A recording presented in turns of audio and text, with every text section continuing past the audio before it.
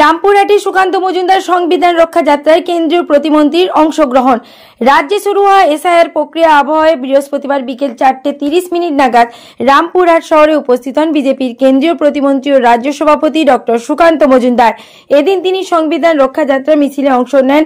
রামপুরহাট শহরের বিভিন্ন প্রান্ত ঘুরে এই মিছিলের সমাপ্তি হয় কামারপট্টি মোড়ে, যেখানে এক স্ট্রিট কর্নার সভার অনুষ্ঠিত হয়।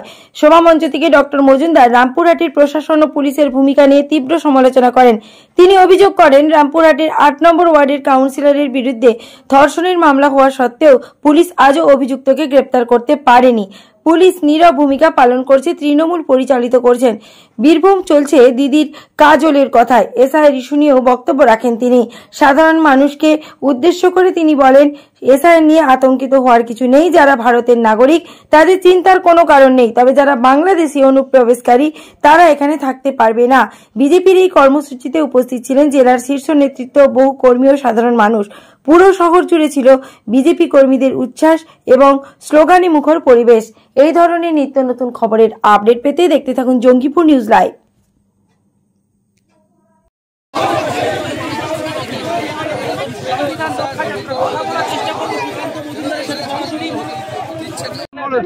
বলছি, মুখ্যমন্ত্রীর বাড়িতে এসআইআর ফর্ম দিয়ে আসা হয়েছে, তিনি বলছেন ফিল আপ করবেন না। বলছি মুখ্যমন্ত্রী বাড়িতে, দেখুন মুখ্যমন্ত্রী বলছেন ফর্ম ফিল আপ করবেন না, আমরা বলছি মুখ্যমন্ত্রী সবার আগে ফর্ম ফিল আপ করে জমা দেবেন। ওনার বাড়িতে 17খানা ফর্ম গেছে, আমাদের কাছে খবর আছে, আপনি দেখতে থাকুন। মুখ্যমন্ত্রী সবার আগে ফর্ম ফিল আপ করে জমা দেবেন। উনি বলেছেন বাংলার সব মানুষ না দিলে নাকি উনি জমা দেবে না। গুলশন কলোনিতে 3 লক্ষ লোক আছে, কেউ বলে 2 লক্ষ আছে, আমি কম করে ধরলাম 1 লক্ষ লোক। 3000 জন ভোটার আছে। মুখ্যমন্ত্রীকে চ্যালেঞ্জ দিচ্ছি, ওই 3000-এর বেশি লোকের ফর্ম ফিল আপ করে দেখান এবং তাদের নাম ভোটার লিস্টে তুলে দেখান, দেখি কত দম আছে আপনার। আর যদি এক কথার মানুষ হন, তাহলে সত্যিই যেন ফর্মটা ফিল আপ না করেন, আপনার নামটা যেন ভোটার লিস্টে না হয়। বিএলএরা আক্রান্ত হচ্ছে রাজ্য জুড়ে, যেখানে দেখুন আজকে তৃতীয় দিনে ভারতীয় জনতা পার্টি প্রচুর বিএলএর উপর আক্রমণ নেবে। এটা প্রমাণ করছে যে এই অবস্থায় যদি এসআইআর হয়, তাহলে আগামী দিনে আরো ভারতীয় জনতা পার্টির উপর আক্রমণ হবে। এসআইআর করা ভারতীয় জনতা পার্টির দায় না, দায়িত্ব না।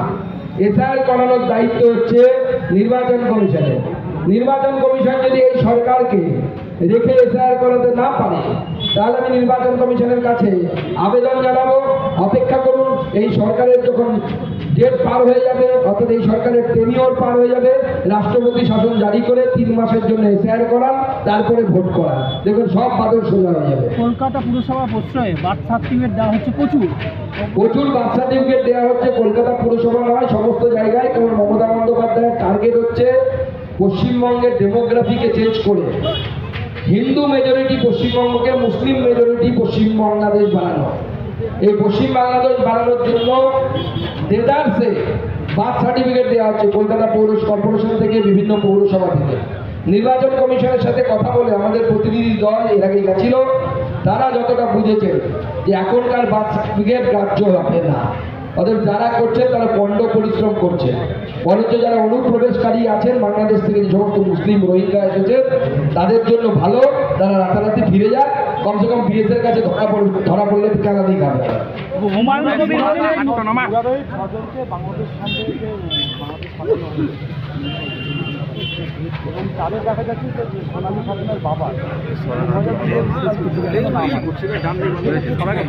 দেখুন 2002-এর ভোটার লিস্টে থাকলে পরে তাকে স্বাভাবিকভাবে সে এখন ভোট দিতে পারছে, তার মানে এটা 100% প্রমাণ নয় যে সে ভারতীয় নাগরিক।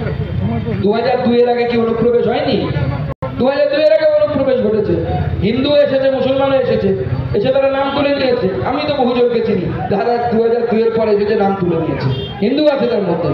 আমি হিন্দুদেরকে চিনি, যেরকম মুসলিমদেরকে জিজ্ঞেস করে মুসলিমরা বলে দেবে যে 2002-এর আগে কারা বাংলাদেশ থেকে এসে নাম তুলেছে। এবারে হুমায়ুন কবির বলছেন নতুন দল ঘোষণা করবেন ডিসেম্বরের মধ্যে তিনি। হুমায়ুন কবির কি করবেন? হুমায়ুন কবিরকে ভাবতে দিন। হুমায়ুন কবির এখন বিভিন্ন জায়গায় এদিক ওদিক করবে। কখনো মমতা ব্যানার্জির ঘাড়ে লাফ দিয়ে চড়ছেন, কখনো অধীর চৌধুরীর ঘাড়ে লাফ দিয়ে চড়ছেন। ওনাদের ইচ্ছে হচ্ছে বাবরি মসজিদ বানাবেন মুর্শিদাবাদে, জোট করবেন বলছেন। সব জায়গায় বাবরি মসজিদ বানাতে আসলে তাহলে তো হবে না।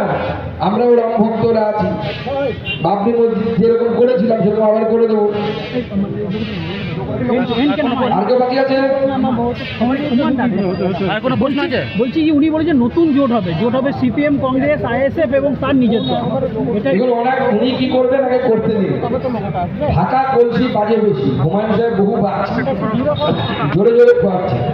যদি উনি দল করার ক্ষমতা থাকে, মমতা বন্দ্যোপাধ্যায়ের বিরুদ্ধে লড়াইয়ের ক্ষমতা থাকে, আমি ওনাকে স্বাগত জানাবো, আলাদা লড় করে লড়ুন, কোনো অসুবিধা নেই। আপনার প্রতি শুভেচ্ছা থাকলো আমাদের। আসামে বেশ কিছু লোক ডিটেনশন ক্যাম্পে আছে, তারা বিরোধীরা বলছে এখানকার লোকও সেরকম হবে। কোনো করছে হবে না। ডিটেনশন ক্যাম্প আসামের সাথে এক করার কোনো জায়গা নেই। তার কারণ হচ্ছে আসামে এনআরসি হয়েছে, ভারতবর্ষের কোথাও এনআরসি হয়নি। আসামে এনআরসি কেন হয়েছে? আসামে এনআরসি হয়েছে ত্রিপাক্ষিক চুক্তির জন্য। চুক্তিটা কাদের কাদের মধ্যে হয়েছিল? কংগ্রেসের দ্বারা পরিচালিত সেন্ট্রাল গভর্নমেন্ট, কংগ্রেস পরিচালিত আসাম রাজ্য সরকার এবং আসামের ছাত্র সংগঠন আসু, এর মধ্যে বিজেপি ছিল না কোথাও। তারা ত্রিপাক্ষিক চুক্তি করেছিল এবং সেখানে এটা ঠিক হয়েছিল যে যারা ভারতবর্ষের নাগরিক নয় তাদেরকে বাংলাদেশে ফেরত পাঠানো হবে। চুক্তি করেছে কংগ্রেস, আর তাই বিজেপি নেবে। রাজ্যপাল নাকি ভালো রিপোর্ট দেয় কেন্দ্রে, সেই জন্য বিজেপি সরাতে চায় না তৃণমূলকে। হুমায়ুন এটা বলছে। দেখুন, রাজ্যপাল কি রিপোর্ট দেয়, এই খবর যদি হুমায়ুন সাহেবের কাছে থাকতো তাহলে তো হুমায়ুন সাহেব তৃণমূল কংগ্রেসের বড় নেতা হয়ে যেত। তৃণমূল কংগ্রেসে কলকে পাচ্ছেন না তো অন্য জায়গায় গিয়ে দল খোলার কথা ভাবছে। কাউন্সিলর ধর্ষণে অভিযুক্ত আগের দিন হয়ে গেলে এখনো গ্রেফতার হয়নি, মেয়েকে বিচার পাচ্ছে না। আরে পুলিশ দেখতে পাচ্ছে না তো? আরে কাউন্সিলর ধর্ষণ করেছে তো পুলিশ বলছে ধন্য ধন্য কাজ করেছে। মমতা বন্দ্যোপাধ্যায়ের হাত মাথার উপরে আছে।